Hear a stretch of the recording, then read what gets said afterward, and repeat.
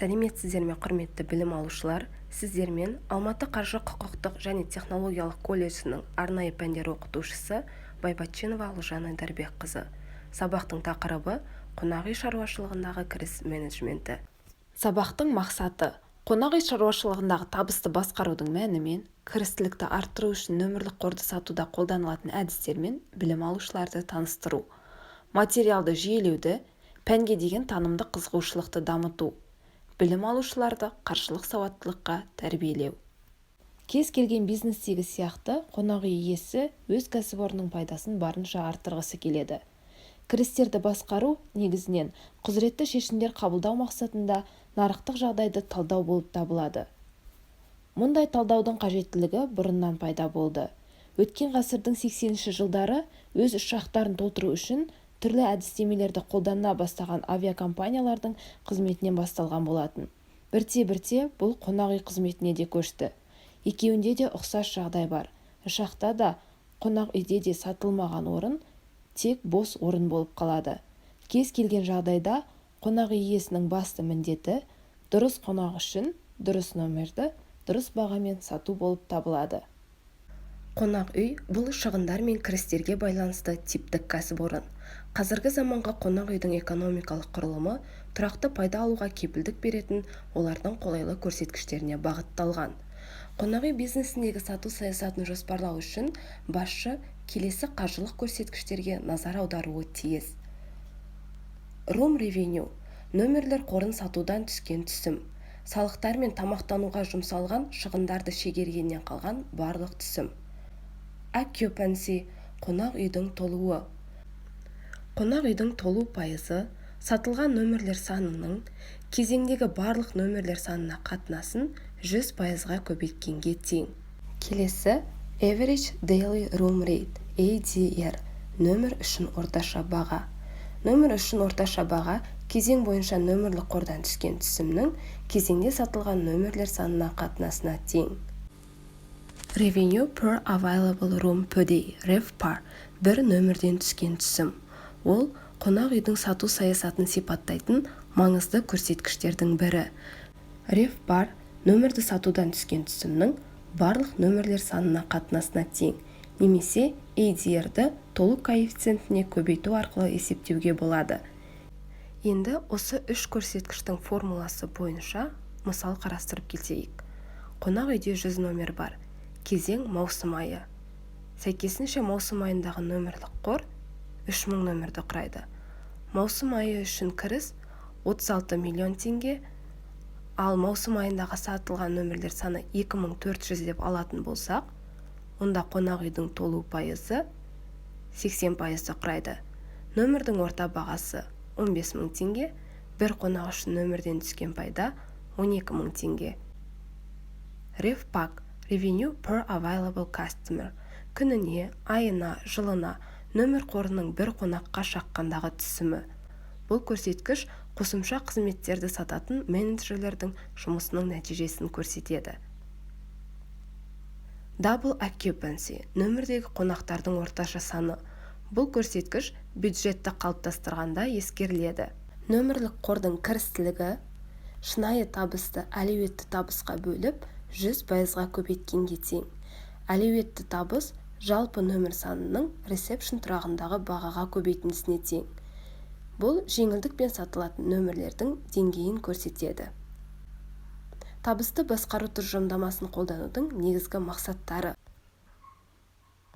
Қонақ үйдің табысын максимализациялау. Қонақ үйдің толуын оңтайландыру. Қонақ үйдің табысын арттыру. Қонақ үйде екі стратегия түрі қолданылуы мүмкін. Қонақ үйдің толуына бағытталған, яғни ода толу пайызы жоғары болады, және орташа бағаға бағытталған. Алдыңғыға қарағанда толу пайызы төмен, бірақ жалпы табысы жоғары болады. Жоғары орташа бағаға қол жеткізу арқылы табысты барынша арттыру бірінші нұсқаға қарағанда дұрысырақ болып табылады. Өйткені толудың салыстырмалы түрде төмен деңгейінде біріншіден қызмет көрсету сапасына нұқсан келмейді, екіншіден нөмірлік қордың тозуы төмен болады. Қонақ үй нөмірлік қорды сату кезінде бірқатар әдістерді пайдалана отырып өз табысын арттыра алады. Оларға келесілерді жатқызуға болады. Нөмірдің нарықтық бағасын көтеру. Өзінің баға саясатында статистикалық базалық тарифтерді пайдаланған жағдайда қонақ үй нарықтағы сұраныс пен ұсыныстың арақатынасына неғұрлым сәйкес келетін тарифтерді қолдана алады. Бұл тарифтер болжанып отырған жоғарғы жүктелу кезеңдерінде көтеріледі және қонақтарға қонақ үйдің ресепшн тұрағында келісім шартсыз ұсынылады. Екінші, нөмірлер квоталарын бөлуді басқару. Нөмірлерге квоталарды бөлудің екі әдісі бар. Бірінші, туроператор номерге клиент тапқанына немесе таппағанына қарамастан белгілі бір аралыққа қонақ үйден нөмірдің белгілі бір санын сатып алуға міндеттеледі. Екінші, қонақ үй негізгі серіктестері арасында нөмірлердің белгілі бір санын бөледі және белгілі бір уақытқа дейін, алдын ала келісілген уақытқа дейін және серіктес қайта келіп сатып алуды растағанға дейін сатпай ұстап тұруға міндеттеледі. Нөмірді еркін сатуға қайтару кезеңін бір мезгілде елеулі түрде арттыра отырып, жоғарғы белсенділік күндеріне квоталар мөлшерін төмендетуге болады. Жоғарғы белсенділік күндеріндегі квотамен сатылатын нөмірлердің тарифтерін көтеруге болады. Жыл ішінде жабық күндерді blackout dates енгізу. Онда қонақ үй келісім шарт бағалары бойынша алдын ала орындар ұсынбайды. Нөмірлердің сатылмаған квоталардың бір жақты тәртіппен жою туралы хабарлама.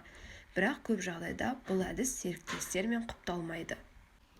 Үшінші, кешіктіріп брондау және ресепшн тұрағынан брондау. Нөмірді соңғы уақытта орналасатын күні брондайтын немесе қонақ үйге алдын ала брондаусыз келетін қонақтар категориясы бар. Бұндай қонақтарды бағадан гөрі бос орынның болуы қызықтырады. Бұл жағдайда қонақ жоғары бағаны төлеуге дайын, ал қонақ үй бұл ұсынысты қабылдамаған жағдайда әлеуетті қосымша табыстан айырылады.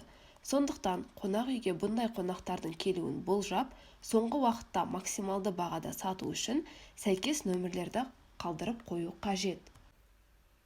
Төртінші, бронды болдырмауды кешіктіргені үшін және келмегені, яғни ноу-шоу жағдайындағы айыппұл. Қонақтардың бірқатар бөлігі бронды жоюды алдын ала ескерте отырып, немесе ескертпестен қандай да бір себептерге байланысты келмеуі мүмкін. Пайда алуды кепілдендіру үшін қонақ үй индустриясында брондауды кешіктіріп жойғаны үшін және қонақ үйге келмегені үшін айыппұл салынады. Бесінші, бөлмелерді қолжетімді мөлшерден артық брондау, overbooking. Соңғы сәтте нөмірден бас тарту және қонақтың келмеу фактілерін есепке ала отырып, қонақ үйде бар нөмірлер санынан көп нөмір сатылымға шығады. Овербукингтің орташа мәнін келесі формула бойынша есептеуге болады. Ноу-шоу жағдайындағы нөмірлер саны мен соңғы сәтте брондау жойған нөмірлер санының қосындысын барлық брондалған нөмірлер санына бөліп 100%-ға көбейтеміз. Алтыншы, нөмірлерді сатудан бас тарту, stop sale. Қымбат нөмірлерді сатуды ынталандыру үшін жоғарғы белсенділік маусымында қонақ үй базалық санаттағы нөмірлерді сатуды тоқтата алады. Сондай-ақ корпоративтік клиенттермен ұзақ мерзімді шарттар жасаған жағдайда қонақ үй категорияны көрсетпей нөмірлерді ұсынуға ғана кепілдік бере алады. Осылайша қонақ үй менеджменті сатылатын нөмірлердің орташа құнын арттыра алады. Егер де жеңілдікпен бір нөмір сатылған болса, басқа бір жағдайда оны қайтарып алу керек. Мысалы, люкс нөмірді ресепшн тұрағындағы бағамен сату арқылы. Нөмірді төмен бағамен сатып алғысы келетін қонақтан бас тартып, жоғарырақ бағада басқа клиентке сату керек. Орналастыру барысында қонақтарға жоғарылатылған категориядағы нөмірлерді ұсыну, upsell. Брондауды растауы бар қонақтарға жоғары санаттағы нөмірлерді ұсыну есебінен сатуды ұлғайтуға болады. Тағы да бір мысал келтіріп кететін болсақ, А қонақ үйі бар және Б қонақ үйі бар. Қонақ үйдегі нөмірлер саны тең, сатылған нөмірлер саны да тең және соған сәйкес толу пайызы да тең.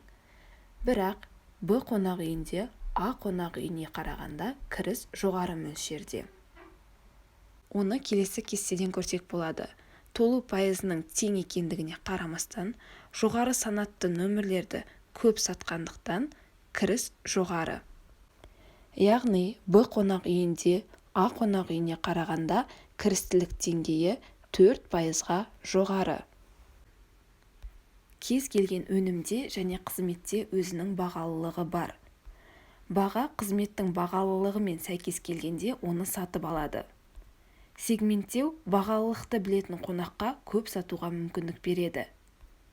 Төлем қабілеттілігі жоғары аудитория – бұл өз қажеттіліктерін білетін адамдар. Сегменттеу болған кезде статистика пайда болады және жаңа клиенттерді табуға, жарнаманы дұрыс бағыттауға мүмкіндік туады. Қорыта айтқанда, қонақ үй кәсіпорнының экономикасы кірістер мен шығыстар құрылымымен анықталады. Қонақ үй кәсіпорнының табысын анықтайтын негізгі факторлар нөмірлік қордың жүктемесі және қонақ үй қызметтерінің бағасы болып табылады. Қонақ үйдің негізгі қызметі орналастыру орындарын ұсыну болғандықтан, жоғары бағадағы нөмірлерді сата отырып, жүктемені арттыру арқылы табысты молайту қажет. Қонақ үй табысының төмендеуіне әсер ететін ішкі және сыртқы факторларды ескере отырып, пайданы арттыруды көздеу керек. Үй тапсырмасы. Қонақ үйдің қаржылық көрсеткіштерін анықтау формулаларын, мысалдарды ескере отырып жаттау. Мен өз қонақ үйімнің пайдасын қалай арттырар едім тақырыбына эссе.